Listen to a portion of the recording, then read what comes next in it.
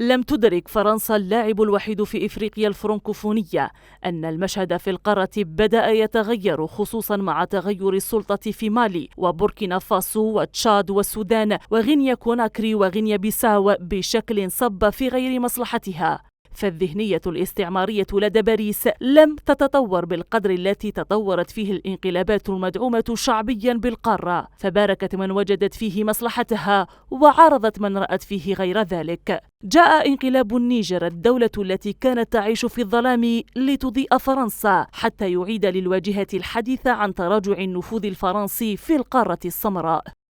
حقيقة ما يجري في إفريقيا في العقد الأخير يعد سابقة تاريخية، وأعتقد أنه فصل جديد من فصول التحرر من قبل الشعوب الإفريقية التي ما تزال ترزح تحت الاستعمار الفرنسي وتحت الهيمنة الفرنسية،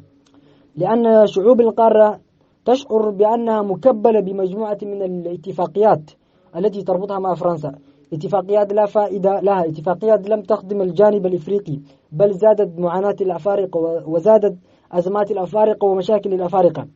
ترنح النفوذ الفرنسي في إفريقيا يبقى مرشحا لمزيد من الإخفاقات في ظل التوتر الذي تشهده مؤخرا السنغال عكاز باريس، وتصاعد شكوك بحدوث انقلاب قريب بدكار رفضا للوجود الفرنسي. وستكشف الأيام القليلة القادمة عن تطورات جديدة لمظاهر سقوط فرنسا التي بدأت تظهر مؤشراتها في ظل السعي الروسي والصيني لتحدي الهيمنة الغربية على العالم والعمل على تأسيس نظام عالمي جديد يحقق التوازن في المصالح والعدالة في العلاقات الدولية، سواء السياسية أو الاقتصادية.